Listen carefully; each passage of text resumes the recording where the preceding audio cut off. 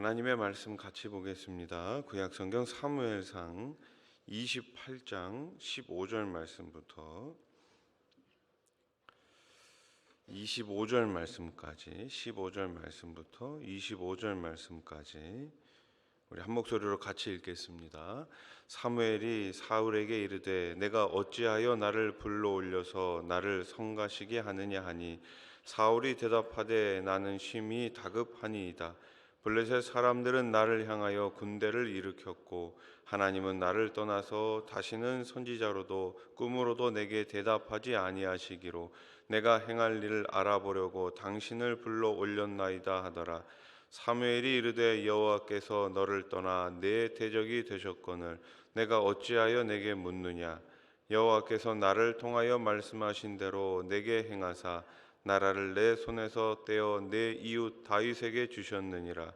내가 여호와의 목소리를 순종하지 아니하고 그의 진노를 아말렉에게 쏟지 아니하였으므로 여호와께서 오늘 이 일을 내게 행하셨고 여호와께서 이스라엘을 너와 함께 블레셋 사람들의 손에 넘기시리니 내일 너와 내 아들들이 나와 함께 있으리라. 여호와께서 또 이스라엘 군대를 블레셋 사람들의 손에 넘기시리라 하는지라. 사울이 갑자기 땅에 완전히 엎드러지니 이는 사무엘의 말로 말미암아 심히 두려워함이요 또 그의 기력이 다하였으니 이는 그가 하루 밤낮을 음식을 먹지 못하였음이니라. 그 여인이 사울에게 이르러 그가 심히 고통당함을 보고 그에게 이르되 여종이 왕의 말씀을 듣고 내 생명을 아끼지 아니하고 왕이 내게 이르신 말씀을 순종하였사오니 그런즉 청하건대 이제 당신도 여종의 말을 들으사 내가 왕 앞에 한 조각 떡을 드리게 하시고 왕은 잡수시고 길 가실 때에 기력을 얻으소서 하니 사울이 거절하여 이르되 내가 먹지 아니하겠노라 하니라. 그의 신하들과 여인이 강건하매 그들의 말을 듣고 땅에서 일어나 침상에 앉으니라. 여인의 집에 살찐 송아지가 있으므로 그것을 급히 잡고 가루를 가져다가 뭉쳐 무교병을 만들고 구워서 사울 앞에와 그의 신하들 앞에 내놓으니 그들이 먹고 일어나서 그 밤에 가니라. 아멘. 할렐루야. 우리 옆에 계신 분들과 인사합시다. 새벽에 하나님이 도우십니다. 과정이 그릇되었다면, 과정이 잘못되었다면 아무리 좋은 결과가 나왔다고 해도 그것은 절대로 좋은 것이 아니겠죠. 사울의 삶을 통해 볼 수 있는 가장 큰 교훈이 바로 이것입니다. 사울은 그간 자기 왕권 보존을 위해 온갖 수단을 다 동원해 다윗을 잡으려고 했습니다. 심지어 사람을 죽이는 일도 서슴지 않았죠. 사울이 해야 했던 일은 사무엘에게 하나님 앞에서 잘못을 저질렀다는 지적을 받았을 때 겸허히 자신을 돌아보고 반성하는 것이었습니다. 그러나 그는 자기 행동을 어떻게 했습니까? 정당화하기에 바빴습니다. 결국 피해 망상과 편집증에 빠져 다윗을 뒤쫓았지만 매번 실패하고 말았습니다. 이제 남은 것은 블레셋과의 전쟁에서 보란듯이 전공을 세워 자신의 왕권을 보존하는 것뿐이었습니다.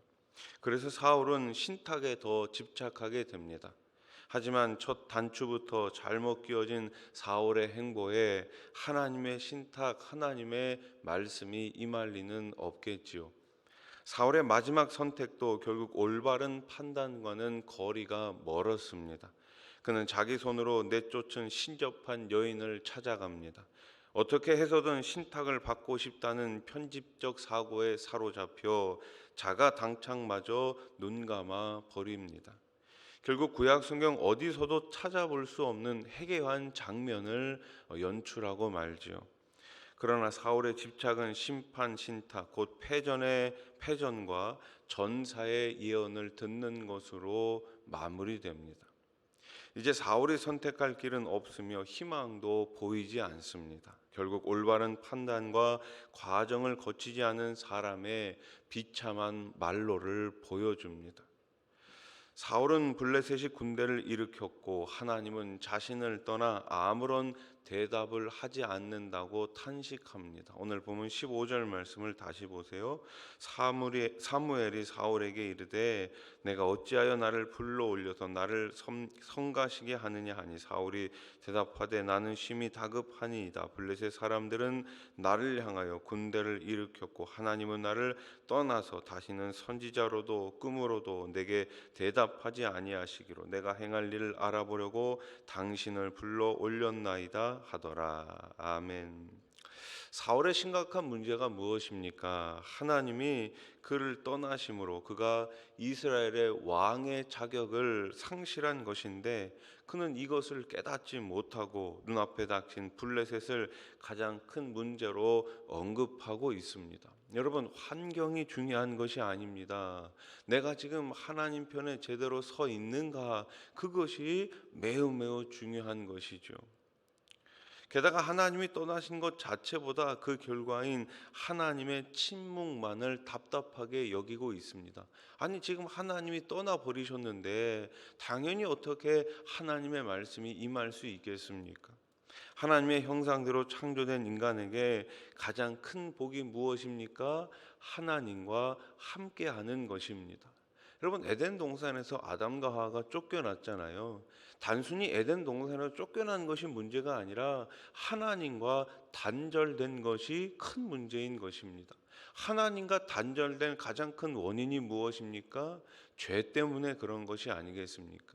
그래서 우리는 끊임없이 어떻게 해서든지 죄와는 피 흘리기까지 싸워야 하는 것이죠. 가장 큰 고통은 하나님이 떠나시는 것입니다. 사무엘의 영은 하나님의 목소리를 순종하지 않고 하나님의 진노를 아말렉에게 쏟지 않은 것이 사울의 죄라고 말하죠. 18절 말씀 같이 읽어볼까요? 시작. 내가 여호와의 목소리를 순종하지 아니하고 그의 진노를 아말렉에게 쏟지 아니하였으므로 여호와께서 오늘 이 일을 내게 행하셨고. 아멘.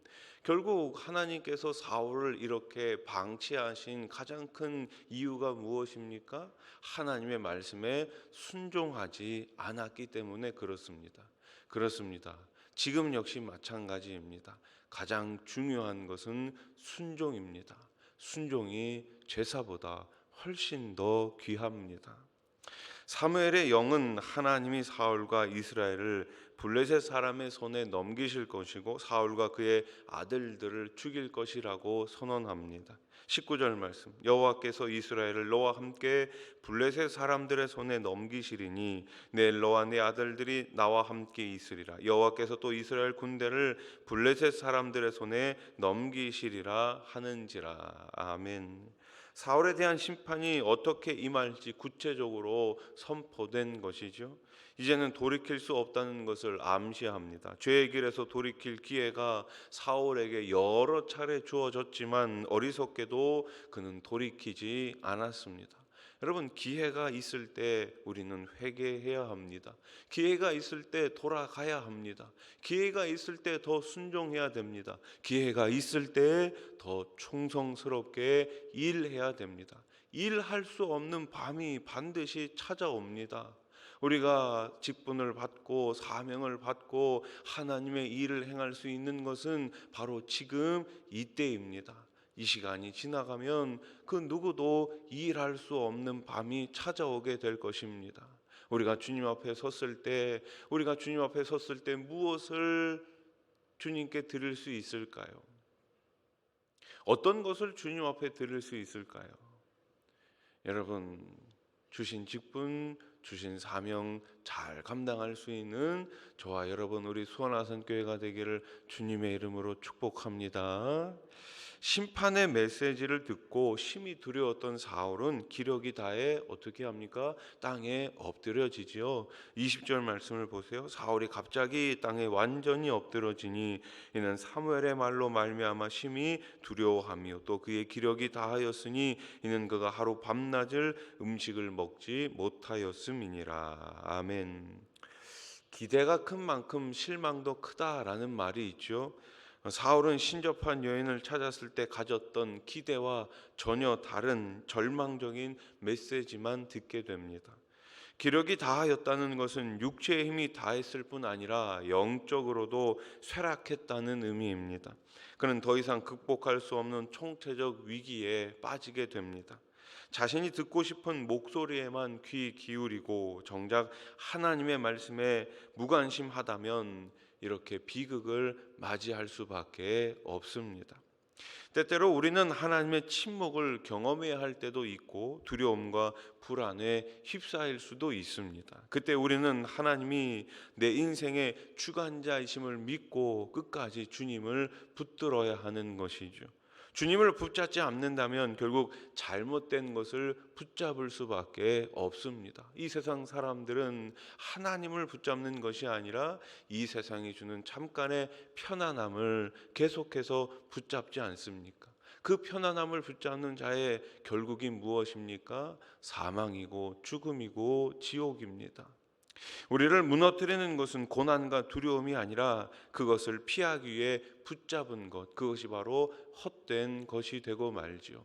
고난과 어려움이 왔을 때 오히려 주님께 더 가까이 가시는 저와 여러분들이 되기를 소원합니다.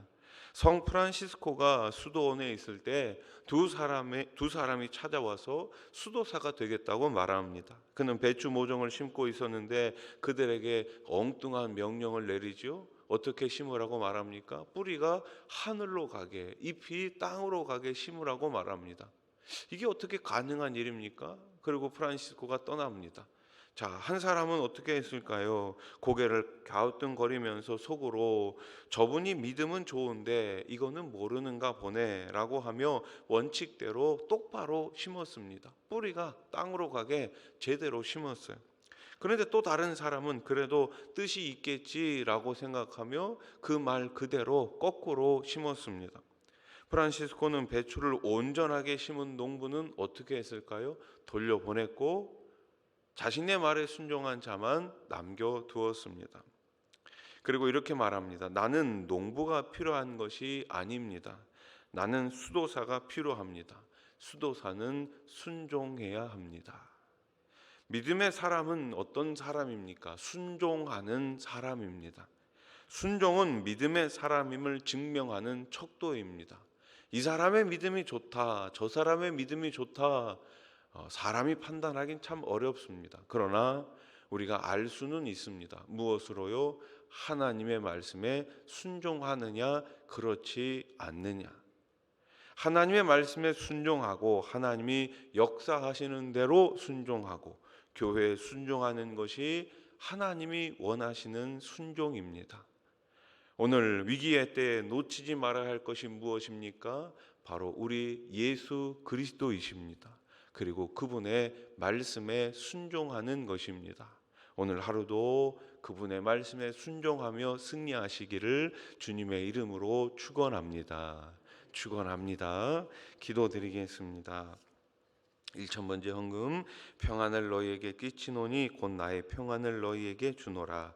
내가 너희에게 주는 것은 세상이 주는 것과 같지 아니하니라.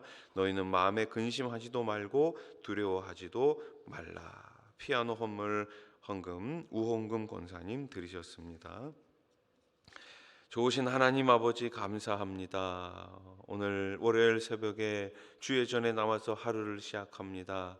위기의 때에 우리가 예수 그리스도를 놓치지 않게 하시고 위기의 때에 고난의 때에 오히려 주님께 더욱 가까이 나아갈 수 있는 우리 모두가 되게 해 주시옵소서. 위기의 때에 말씀을 사랑하게 하시고 말씀에 더욱더 순종하게 해 주시옵소서. 하나님 아버지, 오늘 이 새벽에 귀한 1,000번째 예물을 올려드립니다. 평안을 너희에게 주노라. 그 평안을 드린 손길 가운데, 가정 가운데, 후손들 가운데, 기업 가운데 더하여 주시옵소서. 피아노 감사헌금을 주님 앞에 올려드립니다. 우리 권사님 마음의 소원을 응답하여 주시고 우리 남편 집사님 하루속히 강건케 해 주시옵소서. 오늘 새벽에 많은 기도 제목을 가지고 나온 주의 백성들 두 손 들어 기도할 때에 꼭 응답해 주시고 오늘도 주님과 함께 동행하며 매일매일 기쁨으로 신앙생활에 나갈 수 있도록 우리 주님 역사해 주시옵소서. 나라의 평안함을 더하여 주시고 세워주신 대통령과 이정자들이 정직하게 공의롭게 나라를 잘 이끌어갈 수 있도록 인도해 주시옵소서. 나라의 평안함을 더하여 주시옵소서. 전쟁이 없게 하시고 저 북녘 땅에 가서 마음껏 주님 이름 부를 수 있는 날을 하루속히 허락해 주시옵소서. 멀리 해외 나가 계신 선교사님들 사역을 잘 감당할 수 있도록 늘 성령의 충만함을 더하여 주시고 우리 하나님의 위로가 우리 선교사님들 가운데 가득 넘치게 해 주시옵소서. 하나님 아버지, 이제 3월을 마무리하며 4월을 기다립니다. 다음 주면은 종려주일과 또 고난주간 부활절이 다가오고 있습니다. 하나님께서 우리 모든 성도들 우리 교회를 세워주신 이 귀한 사명에 우리가 아멘으로 순종하며 땅끝까지 주의 복음을 증거할 수 있는 우리 수원아산교회가 되게 해 주시옵소서. 예수님의 이름으로 기도드립니다. 아멘.